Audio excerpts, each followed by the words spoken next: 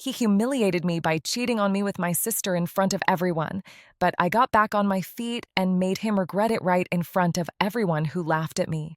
Now all his relatives have turned their backs on him. Stay with us until the very end to find out how the story ends. We look forward to your comments and thoughts on the story. I have always been a woman who does not ask unnecessary questions. Love is love. Loyalty means unconditional devotion. Family is everything. That is how I was raised. I fell in love with Andrew when I was 23. He was charming, vibrant, and funny. He was the kind of man who turned heads. And I was the one who sat quietly in the corner, not really hoping for a miracle. But it happened. He chose me. We lived together for almost 15 years. We didn't have children. I blamed myself for that for a long time, then came to terms with it. He said that everything was fine, that I was the only thing that mattered to him. I believed him, and I lived for him. I gave up my career for his ambitions, supported his business, cooked, cleaned, smiled at family gatherings. His whole family, loud, boisterous, demanding, became mine too. Especially my sister, Julia, a beauty, the star of every evening. She always appeared unexpectedly, but she always shone. We weren't close as children, but I never envied her. I was just different. Everything fell apart in one evening. It was his father's anniversary, a big party for 50 guests. I helped with the arrangements, stood at the stove all morning, made sure everything was perfect. I even chose a modest dress so as not to outshine Julia. How silly, right? And then, the party was in full swing. I went out to the terrace for some wine and returned to the hall. People were laughing, some were dancing, and some were kissing. On the sofa, in the middle of the room, in front of everyone, hugging each other as if no one else was there, sat my husband and my sister. His hand was on her thigh. Her lips were touching his neck. And they were both laughing. Their faces, so familiar, were strangers to me at that moment. I didn't throw a tantrum. I didn't scream. I just froze. His whole family, everyone who called me dear, sweetheart, our girl, stood nearby and smiled. Some looked away. Some laughed. I saw his mother whisper something to her friend, his brother snort and look away. And him? He saw me, straight on, and he didn't flinch. He didn't apologize. He didn't explain. He just shrugged his shoulders as if to say, well, what did you expect? I went out into the hallway. I closed the door behind me, and I never returned to that house. The next day, he didn't call. No one from his family wrote to me. Julia blocked me on social media. And here I am, sitting alone in a rented kitchen with a suitcase of my belongings, realizing that it wasn't just him and her who betrayed me. Everyone betrayed me. And I didn't just lose my husband, I lost 15 years of my life. But that night, as I cried on the floor of a stranger's apartment, I swore to myself, I will get back on my feet. I will rise. And one day, they will all look me in the eye, and they will no longer be able to laugh. I rented a tiny studio on the outskirts of the city. It was silly, but the first thing I bought for it was a vase. A simple glass vase with light blue veins. I put 3 daisies in it as a reminder to myself, beauty can be found even in the most modest things. The first days were the hardest. I would wake up and forget where I was. My subconscious kept searching for his scent, his voice. I caught myself still putting a cup of coffee for him on the table. I would neatly fold clothes for us. But us no longer existed. I was alone. Even my own sister was no longer mine. I didn't call my parents. I knew they already knew everything. Julia and I had always been different daughters. She was adored. I was respected. They always said I was smart, quiet, stable. And she was bright, free. Now she was also my husband's new wife. My parents didn't intervene. They just wrote one message, you are strong. We believe in you. But they didn't come. They didn't call. They didn't support me. I got a job in a cafe as a waitress. After 15 years of marriage, luxurious outings, and fancy dinners, I was wiping tables and listening to teenagers laughing loudly in the corner. My back ached. My fingers were covered in small cuts. But I didn't complain. I was alive. And that was the main thing. Sometimes couples would come into the cafe. They held hands. They laughed. And I caught myself feeling envious and then disgusted because I believed and I was betrayed. I loved and I was crushed. And he probably continued living as if nothing had happened with my sister in our house, on my sofa, under my blanket. Once I saw them in a shopping center.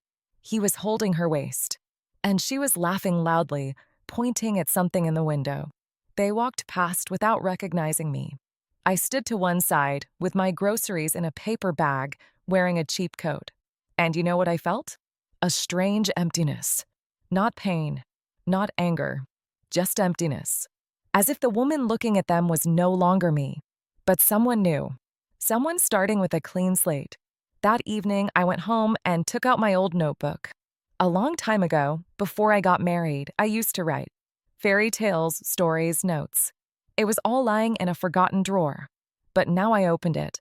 I sat down at the table, poured myself a strong cup of tea, and started writing. Not for fame, not for money, for myself. So I wouldn't forget who I was before him, and to become who I could be without him. I didn't know yet how my life would change, but I knew for sure that it was only the beginning. Every morning I woke up earlier and earlier, sometimes because of the silence, sometimes because of the loneliness, and sometimes because of a strange feeling that I had to hurry, to do something important. And I would get up without waiting for the alarm clock, make coffee, turn on my laptop, and write. I wasn't sure why I was doing it. I just wrote everything that hurt, everything that was inside me. Sometimes they were fictional characters. Sometimes it was me, but under a different name. I didn't show these texts to anyone.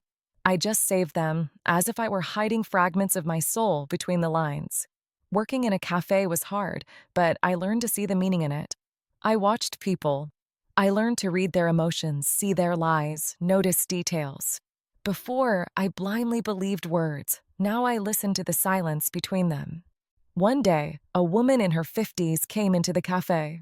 She was stylish, wearing a gray suit with a tablet in her hands. She ordered a cappuccino and sat down by the window, and I mechanically served her and was about to leave when she suddenly looked at me and said, "You have the eyes of a strong person." I smiled politely in response, but she continued, "Do you write?" I was taken aback. "Excuse me, you write?" I can tell. People who have been through a lot often start writing. "It's a way to survive," she said, placing her cup on the table. "If you ever want to try to get published, I'm an editor." And she handed me her business card. I didn't take it right away. I just stared at it as if it were a mirage. And then, finally, my fingers seemed to reach for the card on their own. "Thank you," I breathed. "Don't lose touch," she said and left, leaving behind the scent of jasmine and a feeling that the world was breathing again. That evening, I printed out my text for the first time. I proofread it and rewrote it. I hesitated for a long time, but 3 days later, I sent her my first manuscript by mail. It was the first step. Small, timid, but mine. A week later, I received a reply. "You must continue. This is alive. This is real. I will help you." I cried. For a long time. For the first time, not because of pain, but because someone had seen me. The real me. Only a few weeks had passed, but it felt like a new life had begun. I was still wearing my old coat, still washing floors in a cafe and drying dishes after customers. But something inside me was changing. The editor, the woman in the gray suit, wrote to me almost every day. She helped me polish my writing, gave me advice, and told me how to submit my work. She didn't praise me, but she didn't criticize me either. She was honest, and I liked that. We met a couple more times over tea, without any fuss. She was the same age as my sister, but so different. Whole, calm. She ran her publishing house not for money, but for ideas. She liked people like me, broken-hearted, but with lively eyes. When she offered to publish my first novel, I couldn't believe it. I didn't even know how to react. She simply said, "It won't be a bestseller, but it will be true. And that's important." And I agreed. At the same time, I started working part-time in the evenings, editing other people's texts and helping newcomers. I knew what it was like to be afraid of your own words. I wanted to support others like me. In the meantime, I found out that my ex-husband and sister were posting photos of their perfect life on social media. It was like something out of a textbook: a house, wine, dinners on the porch. Except that one of his colleagues often showed up at the cafe. She would sit by the window, order a latte, and always call someone. I accidentally overheard phrases like, "He's late again. They fight every day." She yelled at him in front of everyone. I kept quiet. I wasn't happy, but somewhere inside, it was as if something was balancing out. He wasn't happy. His sister wasn't happy. And me. I was just living.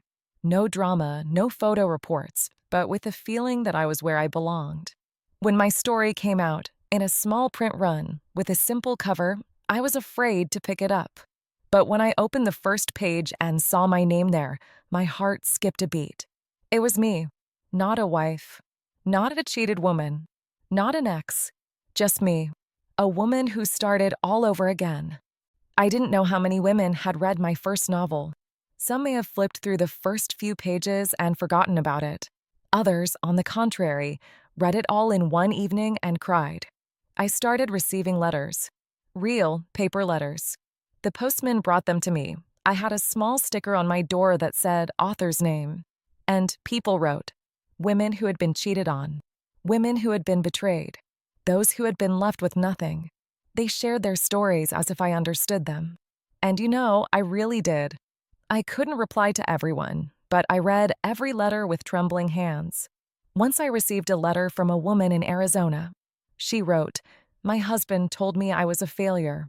After I turned 40, I lost my job, and then I lost myself.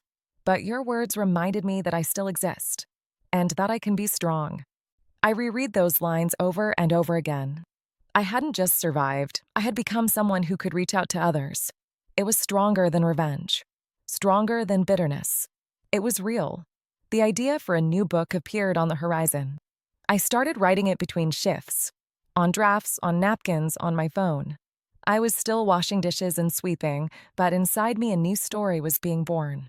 Until one evening he appeared in a cafe, my ex-husband, in a gray jacket, but not as expensive as before. He had aged, his eyes lacking any trace of victory or confidence. He entered hesitantly. He looked at me as if he wanted to say something, but he didn't. I just looked at him, calmly, tiredly, but without pain. I walked past him as if he were a passerby. He remained standing, and I went to pour tea for another guest. That evening, I stared out the window for a long time. Snow was falling softly.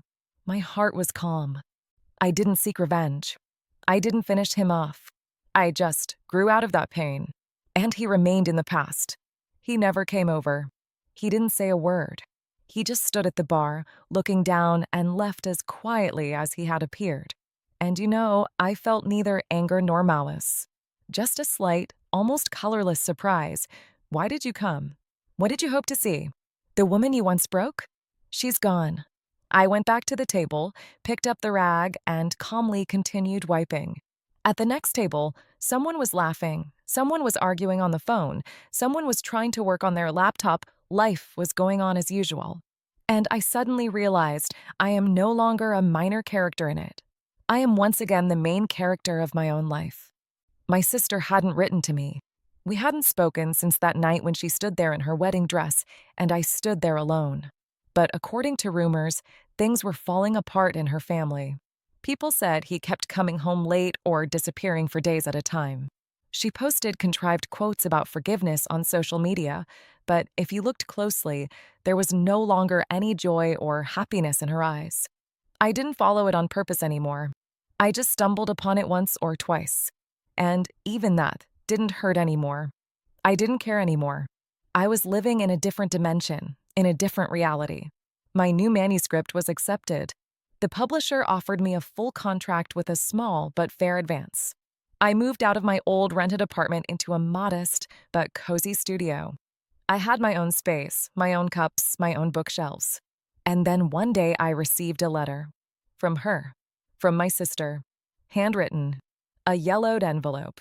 No apologies. No explanations. Just one sentence.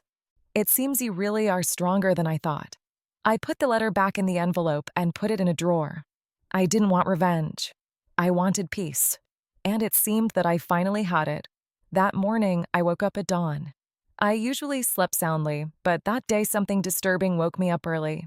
I opened the window, breathed in the cold morning air, and for the first time in a long time, I felt alive. I made some coffee, sat down at my laptop, and started writing.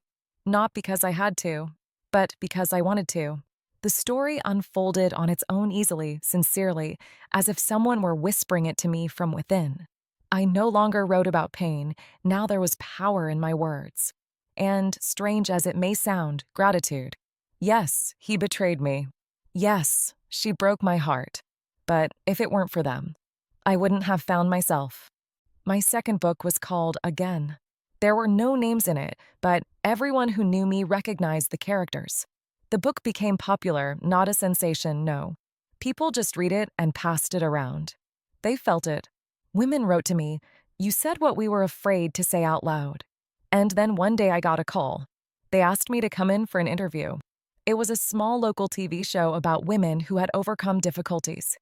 I hesitated, should I? Why? But then I thought, maybe someone really needs to hear my voice. I put on a gray dress, did some light makeup, and looked in the mirror with respect for the first time in a long time. Yes, I had aged. Yes, my hair had turned a little gray. But there was life in my eyes. Not resentment, life. The interview went smoothly. I told them that I had been betrayed, left with nothing, worked as a waitress, and wrote at night. And that now I feel free. I didn't need revenge. My story had put everything in its place. When I left the studio, I received a message on my phone. From an unknown number, "I saw you on TV. I'm sorry I chose him. I'm not with him anymore." I looked at those words and felt nothing. No joy, no anger. Only silence. Apparently, everything in this life really does come back. And only what we let go truly sets us free. A few days passed after the broadcast. I sat by the window in my small but cozy home, drinking warm tea with honey and thinking, is the hardest part really behind me? Am I truly stronger than I was before? I didn't reply to my sister's message. Not because I wanted revenge. It was just that there was no need for further dialogue. Everything we could say to each other had already been said in silence. That evening, there was a knock at my door. I was surprised. I wasn't expecting anyone. Standing on the doorstep was a woman in her 30s, pretty confused. She was holding my book. "I'm sorry," she said. Are you the one who wrote Again?" I nodded, and she suddenly burst into tears. "I'm his new." I was. I found your book at his place. By accident. And I understood everything. Everything. I felt so ashamed. I let her in, although before I probably would have slammed the door shut. She sat down on the edge of the sofa, wiped her eyes, and said, "He cheated on me too. I just wanted to say, you're strong. And you didn't just save yourself." Then she left, leaving my book on the table, as if returning my own story to me with gratitude. That night, I didn't sleep again. But now it was from an excess of emotions. I wasn't torn apart by pain or suffocated by memories. I was filled with the feeling that even through suffering, through betrayal, through the darkest periods, it is possible to find the light. And if even one woman does not repeat my mistake, choosing herself before it is too late, then all of this was not in vain. After that meeting, I couldn't forget that girl's eyes for several days.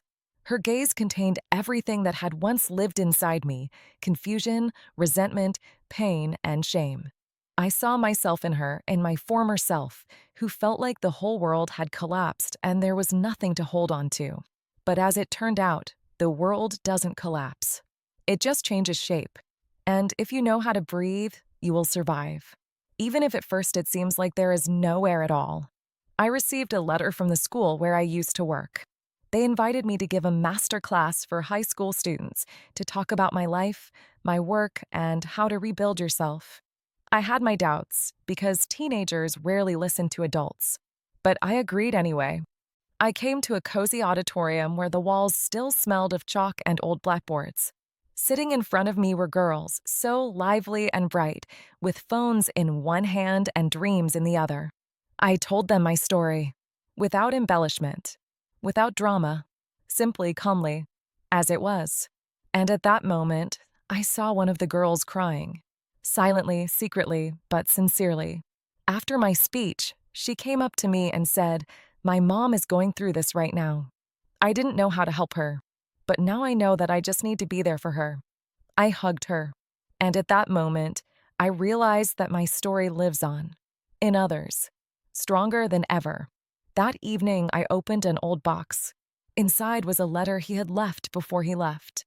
I had never read it. I just hid it away, crying. Now I was ready.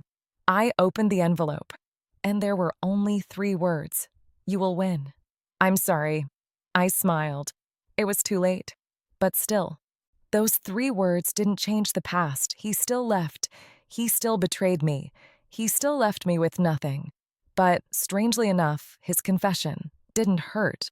It was as if it had closed some kind of unfinished circle. I read the letter and put it back in the drawer. That was where it belonged.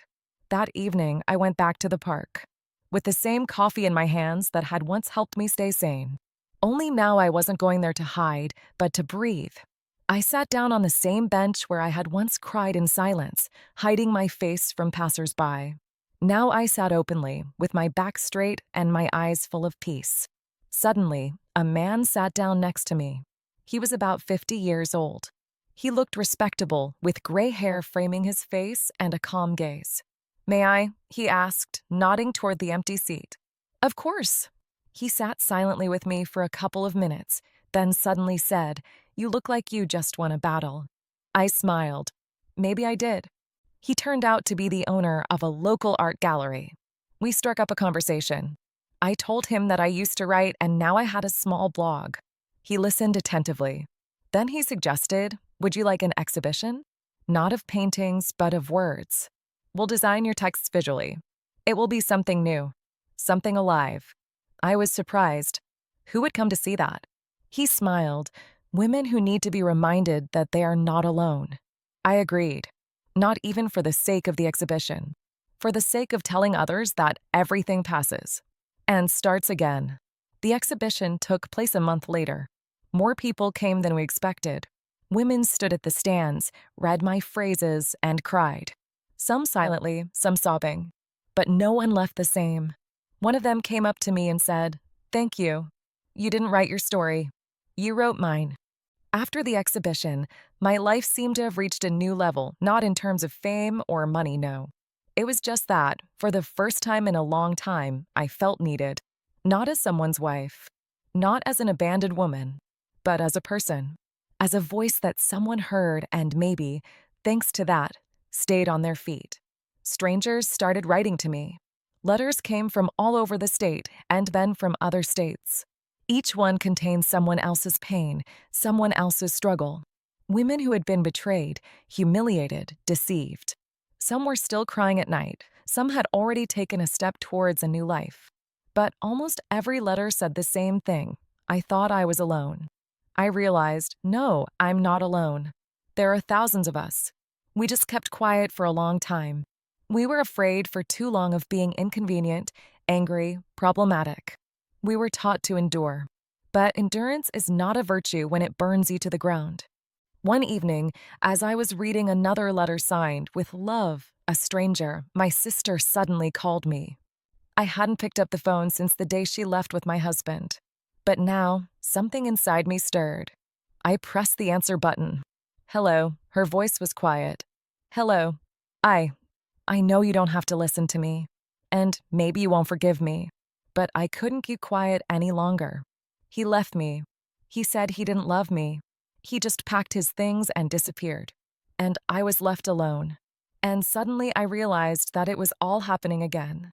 Only this time, it was me. I was silent. Not because the anger had returned. It wasn't there. I just didn't know what to say. "You were right," she continued. "You were always stronger." And I was just jealous back then. I sighed. "You weren't jealous. You were afraid of being alone." Silence. "I'm so sorry," she whispered. I didn't forgive her. Not yet. But for the first time, I felt that I could. In time. Without rushing. Without pressure. We said goodbye. And I sat there thinking, life is a strange thing. There is no never.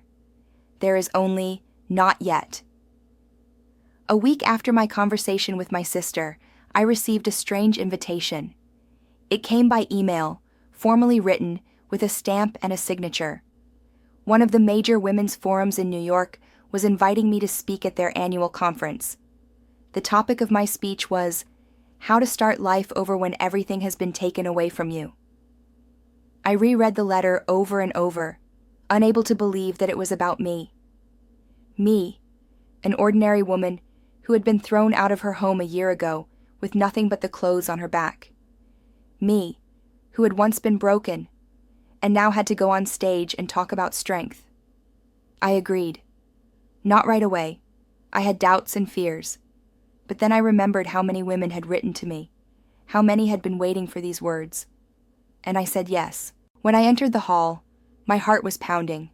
A huge audience, lights, cameras. I walked onto the stage and looked at hundreds of faces. Some already knew my story. Some didn't. But everyone was listening. I didn't read from a piece of paper. I just told them how I woke up in an empty apartment, how I counted pennies for food, how I learned to look in the mirror and not turn away. I spoke simply, without pathos, but honestly. And when I finished, the hall was silent. And then there was applause. Long, sincere applause, with raised eyes and even tears in some people's eyes. A woman of about 60 came up to me. She squeezed my hand and said, I got divorced this year, after 40 years of marriage. I thought it was all over, that it was too late. But after hearing you, I believe that everything is just beginning. Those words stayed with me for a long time. After the speech, I went outside. New York was lit up with neon lights, buzzing with cars, smelling of autumn and freedom. I stood on the sidewalk, looking up at the sky, and suddenly realized I am no longer a victim. I am a woman who has returned to herself, and there was no revenge in it. It was a victory. After the conference, I returned home a different woman than the one who had left. The confidence didn't come from the outside, from my clothes or my gait, but from within, from a sense of calm, from no longer making excuses for myself, from not being afraid, from not thinking I had to prove anything to anyone. The first few weeks passed quietly. I worked on my projects again, read letters, and sometimes held online meetings for women who had experienced betrayal. It wasn't a business, it became my purpose. Every thank you from a stranger warmed me in a way that nothing had before. One day, I was walking home from the store and noticed a man sitting on a bench in our neighborhood park. His back was hunched, his face unshaven, his eyes dull. He was alone, with only a bag and some leftover food next to him. I recognized him immediately. It was him, my ex-husband. He sat there like a stranger, as if the world no longer recognized him. Once he had kicked me out of the house, slamming the door behind him. And now he was left without that door, without a home, without a family. Our eyes met. He recognized me. He tried to stand up, but he couldn't. I walked closer, not for revenge, for understanding. He breathed hoarsely. I heard, you talk on forums. Are you a star now? I sat down next to him. Not close, but not far away either. No, I'm just not afraid anymore. Are you happy? There was no malice in his voice, only fatigue. Yes, I replied calmly, because I found myself. And you? He looked away. I lost everything, not just my things. I realized that I had no one left. No one believes in me. No one is waiting for me. There was a long silence. I didn't feel sorry for him, but at that moment, I felt sympathy. You know, I said, when you left, I thought it was the end. But it was the beginning. And maybe you have a chance to, if you want it. I got up and walked away, without looking back, because it wasn't revenge. It was goodbye. After that meeting, I couldn't sleep for a long time. His face was still in front of my eyes, not angry, not triumphant, like when he kicked me out of the house, but confused and faded. The face of a man who had destroyed his own life. But as much as I wanted to, I didn't feel satisfied. Not a shred of malice. Only bitter regret at how trust and love could be trampled underfoot for the sake of pride and greed. And yet, inside, I was calm. I had done everything I could. I didn't go back, I didn't reach out, but I didn't strike back either. I chose the path that allowed me to remain human. A few days later, I received a letter from his sister. We hadn't spoken in years. She always kept her distance, trying not to get involved. But now she wrote, "I know everything." He told us everything himself. How he kicked you out, how he stole from you, how he was left with nothing. We don't excuse him. We just were too late to understand. "I'm sorry," and at the end, she added, "If you ever want to talk, I'm here." It was unexpected and touching. Sometimes, an admission of guilt from a stranger brings more peace than any apology from the guilty party. I didn't reply right away. At first, I just sat there with the letter in my hands, thinking about how much had changed in a year, how I had been thrown out of my life, and how I had built a new one. From scratch. From pain. From myself. And now those who turned away from me before are coming back. Life is like a circle. Everything comes back around. Everything falls into place. The main thing is not to lose yourself when everything collapses. The main thing is to remain yourself when your strength returns. The next day, I got a call from a major publication. "We want to interview you." The story of a woman who lost everything but not herself is what the world needs right now. I smiled. Well, let them know. Let everyone who feels broken understand. This is not the end. This is a turning point. The interview was published 2 weeks later. The article was titled, "She was left with nothing, but she got everything back and even more." I didn't know what to expect. I expected criticism, maybe doubts. But the response was different. Women started writing. Some recognized themselves in my story, some just thanked me for my honesty. I received letters from young people and older people, even men. One wrote, "I also lost everything because of pride. Thank you for reminding me that there is still a way back." That was when I first thought, maybe I should tell the whole story. Not just in interviews or articles, but as I lived it. From the first day to the last. I recorded my first video. I just turned on the camera and spoke, looking straight into the lens. No mask, no drama, no tears. I was nobody. I was betrayed. I was written off. But I got back up. Not to where I was betrayed. To where I feel good. Where I am my own friend. The video got over 100,000 views in the first week. And then 1,000,000. There were hundreds of comments under each video.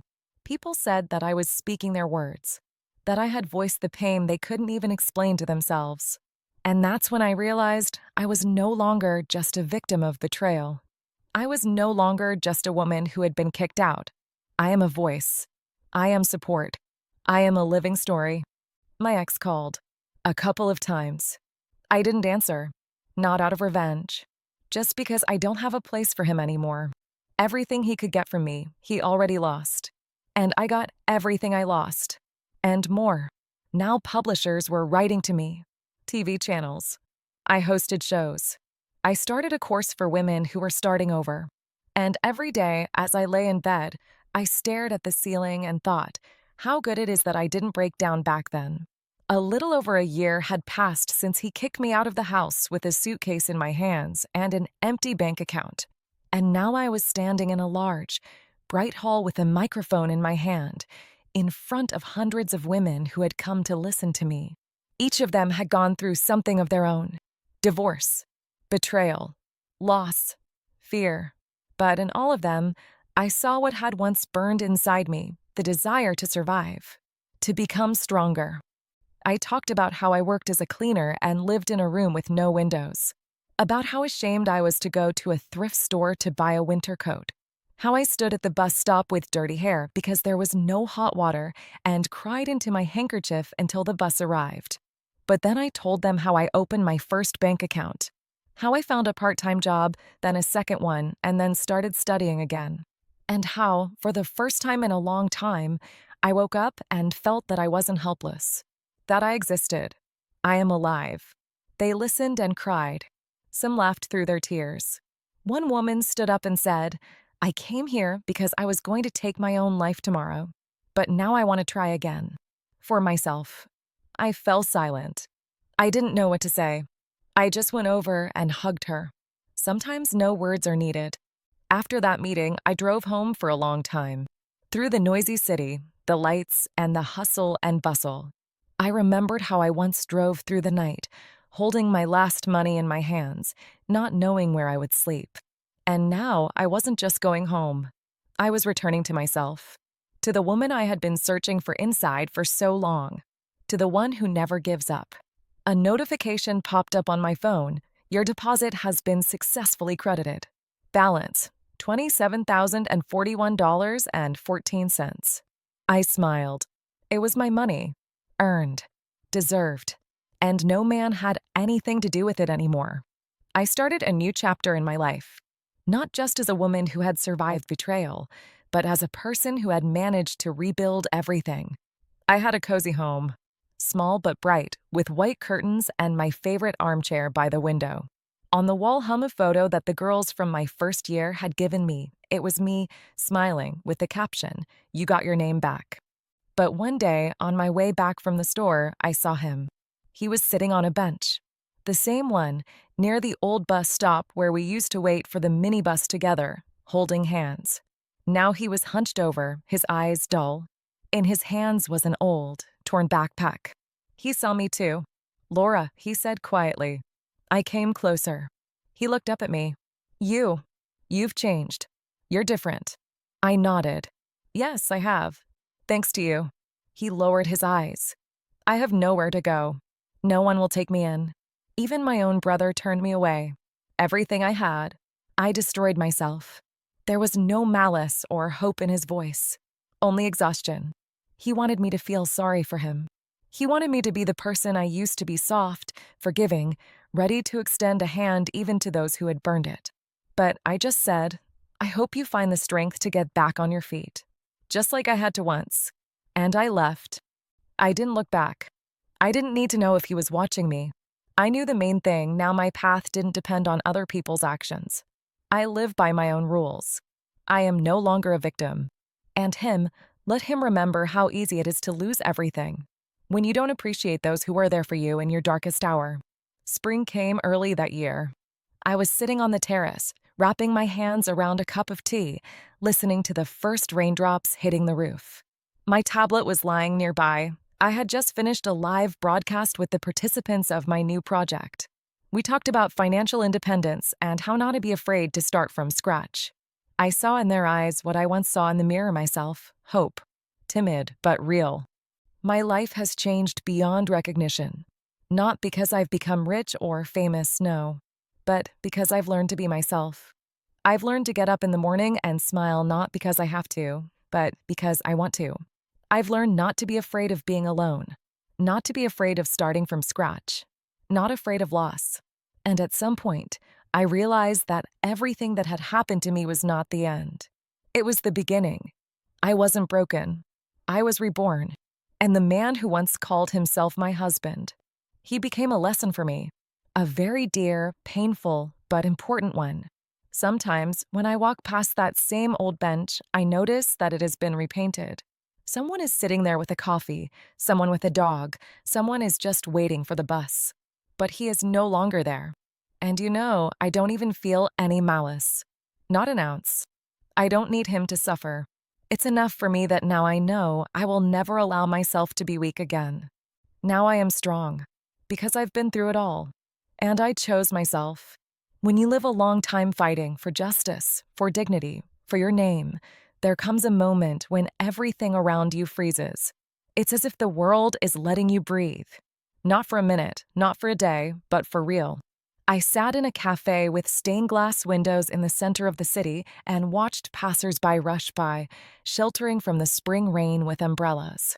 For the first time in a long time, I felt neither hurry nor anxiety.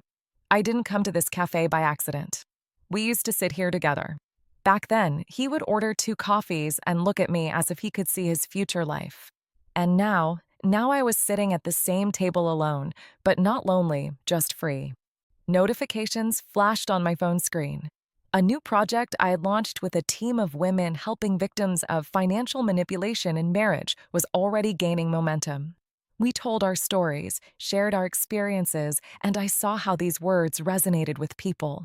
Women from all over the state and then from all over the country wrote to me, thanked me, shared their stories. I didn't just rebuild myself. I created something bigger. Sometimes I had a dream that I was standing in front of the house I had been kicked out of, holding the key in my hand. But the door wouldn't open. It wasn't mine anymore. And that's okay. I don't want to go back. My place is in a different house now. A house built on respect, support, and self-belief. And he's somewhere in the past. Sometimes I heard about him. People said he tried to rebuild his business, but it all fell apart. He lived in rented rooms, called acquaintances, asked for help. But the doors he closed himself never opened again. And every time I heard that, I felt only one thing: relief. Not anger, not revenge. Just relief that my life was no longer his arena. I remember how many years ago it seemed that my life was over. The day I stood on the porch of my own house, suitcase in hand and emptiness inside. It was scary then, painful, lonely, and completely unclear where to start. Now I look at myself in the mirror and see a different woman. Confident, strong. A woman who knows her worth and won't give her life away to someone else. Not for love, not for stability, not for pretty words. My journey has not been easy. I have experienced betrayal, loneliness, shame, embarrassment, and fear of tomorrow. But that is what made me who I am. With each passing day, I gain something more: self-respect, the ability to forgive but not forget. I learned to set boundaries and not be afraid to say no. Recently, I was asked to give a big lecture for women at a university. The topic was how to maintain dignity when everything is falling apart. I thought long and hard about whether to accept. But then I said to myself, if I had had a lecture like this back then, maybe it wouldn't have taken me a year to get back on my feet. I agreed. When I walked onto the stage, there were hundreds of young women sitting in front of me. They looked at me with attention, interest, and open hearts. I told my story, not complaining, not blaming, but with respect for myself. They listened, and then they gave me a standing ovation. And then I realized I would never again let those who betrayed me overshadow who I had become. He thought he had thrown me out on the side of the road. But I built my own road, all by myself. And now I walk down it, straight ahead, with my head held high. I was walking home in the evening when I saw him. He was sitting on a bench in the park, wrapped in an old jacket. His face was gaunt, his eyes downcast. He didn't just look tired, he was broken. Not the man I once knew. Not the man who confidently controlled other people's money and lives as if they were his own. I stopped, not out of pity, out of curiosity. He looked up and froze when he recognized me. We stared at each other silently for a few seconds, but there was more in that silence than in all our arguments, letters, court hearings, and meetings. "You look good," he finally said. I nodded. "I'm happy. Are you?" He looked away. I don't know how it all happened. I guess I ruined everything. "You made your choice," I said calmly. "I made mine." I didn't want to humiliate him. He had already done that to himself. The irony of life is that I could now afford to reach out to him, but I didn't. Not out of revenge, but because I knew that if he was truly remorseful, he would have started with himself. He wouldn't have sat there waiting for someone to pull him out. I left without looking back. But his image remained in my mind, not as a reproach, but as a reminder. That's what happens when you betray someone who loved you more than you deserved. At home, I made some tea, turned on some music, and recorded a video message to women. In it, I said the most important thing: don't let anyone take away your worth. Even if you're starting from scratch, you're still whole. And that's enough. More than a year had passed since he left me with nothing. Now I didn't just have a new life, I had a new perspective on myself. I no longer needed his approval or proof of my worth through someone else's love. I finally felt whole. And then something happened that I never expected. His sister approached me. We hadn't seen each other since everything fell apart. We used to be close, we shared secrets, baked pies together, laughed at family gatherings. But when he kicked me out, she didn't even call.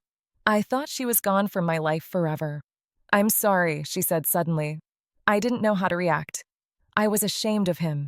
I kept quiet, and that was how I betrayed you. I looked at her silently. I'm not asking you to go back to the way things were. I'm sorry. I'm really sorry. And at that moment, I realized how much I had changed. A year ago, I would have shut myself off. I would have left. I wouldn't have wanted to hear it. But now I've learned to see the pain behind the words. Thank you for saying that, I replied. I don't hold a grudge. It's just different now. We sat in a cafe, just like we used to. We talked. We laughed. We reminisced. And it wasn't about getting everything back. It was about forgiveness, about inner freedom, about choosing not to live with resentment. That evening, I realized that my story wasn't just about betrayal and victory. It was about how you can always rebuild yourself. And even if someone broke you in the past, it doesn't mean you can't be happy again. Sometimes I stand by the window and remember everything that happened to me, not to bring back the pain, but to remind myself of the path I've traveled. In 1 year, everything was taken away from me. But in that same year, I found myself. I built a business with no startup capital. I earned money without any support. I survived when even breathing was difficult. I learned not to be afraid, not to make excuses, not to depend on anyone. The person who once cut me out of his life is now outside of it. He has become a shadow, a reminder of how easy it is to lose everything if you treat people as temporary stops. Now I am not alone. I have a team, friends, people who respect me not for my appearance or status, but for who I am. And most importantly, I have myself. Once, a young girl came up to me after a speech and recognized me. You changed my life. I thought that if I was abandoned, it meant I was worthless. But now I know that everything is just beginning. I hugged her, and I realized that my story had not been in vain. I no longer dream of someone feeling sorry for me. I don't need that. I just live, freely, with love, with dignity. And if I could turn back time, I would still walk this path, because it is what made me who I am. And even if someone else is sleeping on a bench now, I wake up in the house I rebuilt, with a smile,